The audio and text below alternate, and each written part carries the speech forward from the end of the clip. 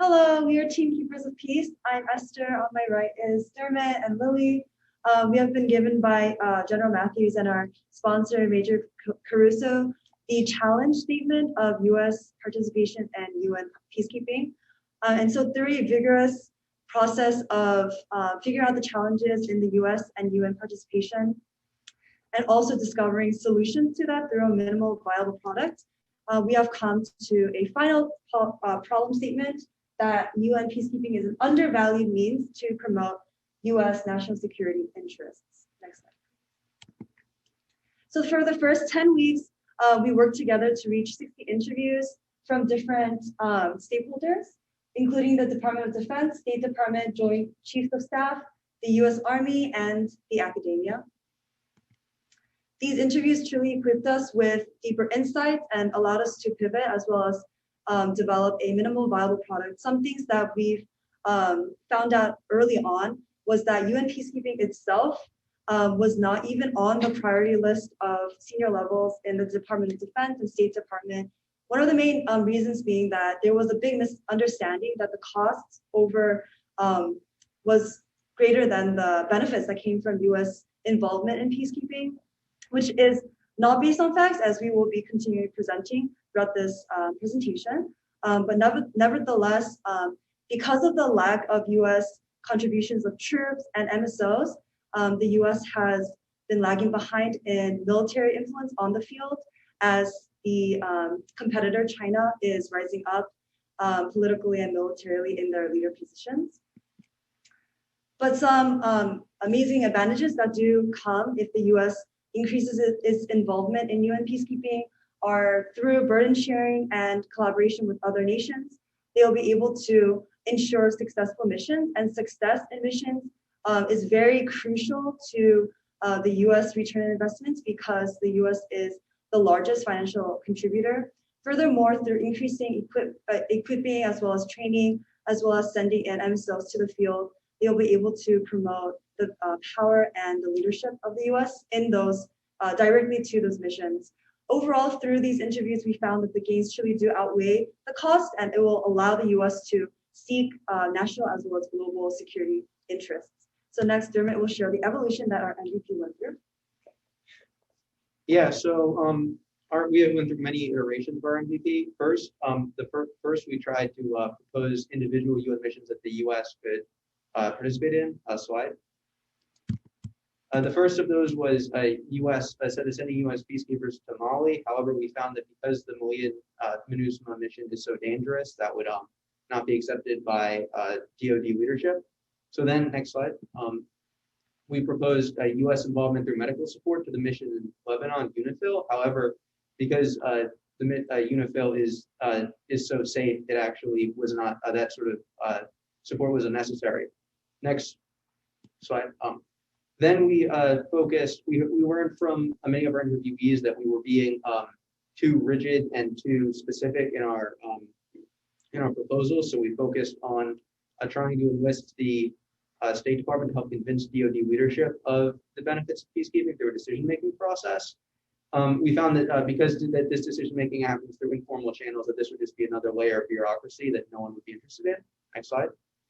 And we learned from our problems sponsor, Major Caruso, that what we should really be focusing on are our arguments, which with this pivot, we first decided to try and deliver the hows and whys of peacekeeping through a PR campaign. However, this would be too expensive, and we went for interviews that no one would want to pay for it. So, next slide, please. We'll disseminate them instead through a more modest policy paper. Next slide, please. So our minimum viable product is a policy paper. Is a policy paper on UN peacekeeping, spelling out the hows and the whys of how the US should get involved. And the specific ways that we believe that the US should get involved are number one, increasing capacity building exercises, which means training UN, other UN contributors, providing more US military staff officers to UN headquarters, which have a disproportionate, have a great influence in those mission effectiveness. And third, through potentially sending UN peacekeepers on UN missions. Next slide, please. And so our arguments for the whys of peacekeeping is that number one, it provides stability through security, and that the U.S. is turning away from counterinsurgency and counterterrorism. However, it is a cost-effective way to prevent countries from becoming problem, to keep countries stable and to prevent problem countries from spinning out of control and becoming breeding grounds for extremists and terrorists. The next slide is that UN peacekeeping is really good at building relationships between countries, both through fellow contributors and through those partners, and it helps to promote U.S. influence in a positive way throughout the world. So the most important parts of our mission model canvas, we believe, are the buy-in and support in the key partners section. In terms of buy-in and support, the three elements that we know we're going to need support from in order to properly deploy our MVP are the Secretary of State, Secretary of Defense, and National Security Council. In terms of key partners, we think the Global Peace Operations Initiative, which is an initiative out of the State Department that focuses particularly on capacity building and training efforts of partner nations' peacekeeping troops, will be the most important. As Dermot mentioned, part of our MVP is a suggestion that we increase our current capacity building efforts, which would relate directly to GPOI's current operations. And we also know that we would need the U.S. Ambassador to the UN, Linda Thomas Greenfield, to be a key partner in ensuring that our deployment is successful. Slide. So in terms of our deployment system, we are going to present our policy memo to Major Phil Caruso, our problem sponsor, and he will then take it through his administrative reporting chain in the J5. We will then need to receive consensus among the combatant commands, and we believe that CENTCOM and AFRICOM are the most important combatant commands in relation to our issue, as most peacekeeping operations happen within these two regions of the world. Then it will need to go to the leaders in the DoD, and then it will be handed off to the State Department, where they have their own internal processes on how this will be deployed. Slide. So in terms of our next steps, we anticipate that there might be some apprehension, particularly higher up as we go through our deployment. And so we really want to focus on finding champions through that administrative reporting chain and deployment system to make sure that one person with apprehension in the DoD doesn't stop this from actually being deployed successfully. That being said, we also acknowledge that beyond the State Department and the DoD, there is a congressional and executive, political aspect of this issue. So we also hope to find congressional and executive champions to make sure that our MVP can be deployed. Slide. So general things that we learned, the first being that people are hard to please. Obviously, our issue is political in nature. And so we found through our interview process that it was actually quite difficult to come upon a viable solution that everyone agreed with. Number two, there could be opportunity for creativity within national security. As Dermot mentioned, we also came up with this kind of very holistic list of policy arguments. And we found that actually the most compelling ones tend to be the ones that people didn't think of, or the more creative ones. Third, we really need to understand the chains of command and the administrative reporting chain. As we mentioned earlier, our deployment structure is actually very in-depth, and we found it very difficult to even get through our beneficiary discovery without understanding in-depth the chains of command. And then lastly, pivots ensure strong results. As Dermot mentioned, we went through several pivots with our MVP, but now we feel that our final MVP is the most strong, viable product. But if you have any more questions, feel free to reach out to us. Thank you.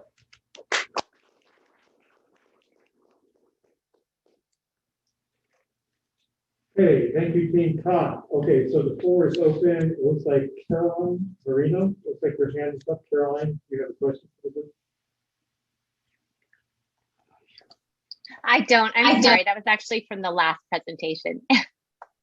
All right, Sarah, how about you? Sarah, yeah, I really wanted to foot stomp the excellent point you guys made about creativity in national security and encourage, especially as you're looking for congressional champions, that one of the things that I think is an undervalued aspect of national security is how NGOs get involved and how kind of nonprofits within the US. So what makes the US HIV program really successful, for instance, is not when we pitch it as a global problem as a national security issue, but when we pitch it as a compassion issue.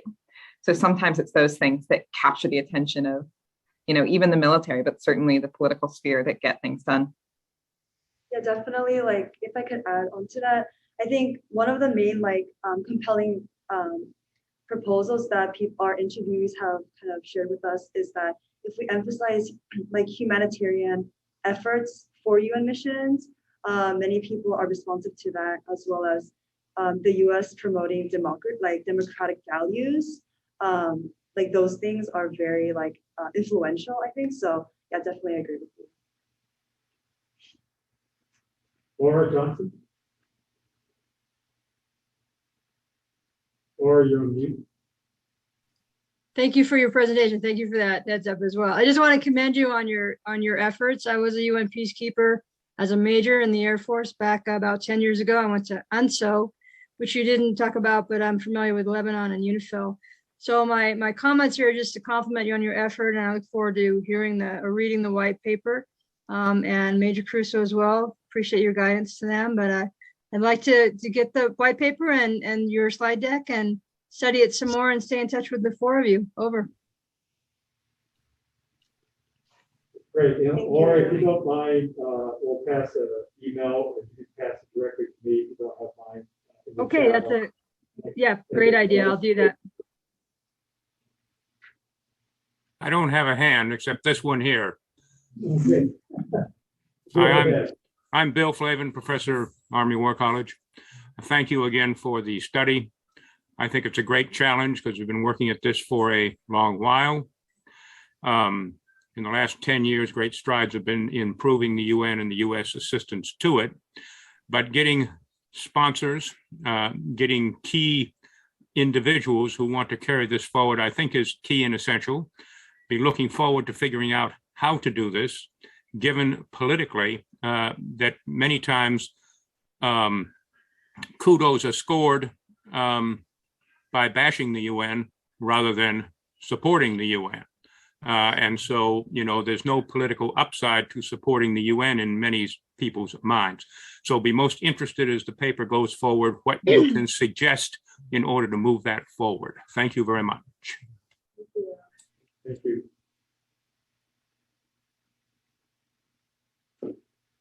Additional questions? Major Crusoe, any comments for the group? I just wanted to say thank you for all the hard work. I'm looking forward to reading the paper and working with you guys on moving the ball towards the goal line here. Thank you. Sir, I do have a question. Yes, Captain Palmer. Sir, so as there's increased involvement from the U.S. military in this UN peacekeeping mission, there's a potential for this to be seen as a mechanism to promote U.S. national security objectives globally. So what are potential mechanisms to promote legitimacy of the UN and not destroy their reputation worldwide? Yeah, I think I can take that one. Something we talked a lot about that is like kind of an interesting trend right now is that democracies, not just the US, but democracies in general, are not participating in UN peacekeeping as much as they were in the past. And so right now, peacekeeping is being done by non-democratic states, which kind of goes against the whole idea of like democratic peace, and that if the people who are keeping the peace are not democratic nations, then like what does that say about the UN? What does that say about democracies in general? So I think that is one aspect of like increasing like UN credibility, is if more democracies kind of take this on. I think also if the US were to be like actually participating, other nations would jump on board as well. Which I think attaching the US name to kind of UN peacekeeping missions would also increase like credibility of the UN generally. Yeah, and definitely I think currently through Global Peace Operations Initiative, as well as other operations going on, the US is strongly equipping and training other nations to like pre-departure to UN missions. And I think through continually like increasing support in that aspect, as well as, sending in, military staff officers on the field to help other, to work multinationally. I think through those things, the kind of the bias that people see toward like, oh, why is the US even involved in this will hopefully fade away. Yeah. Because UN missions have to go through the Security Council, even like Russia and China have veto power, so it's relatively unlikely that it would be seen as sort of like imperialist policy.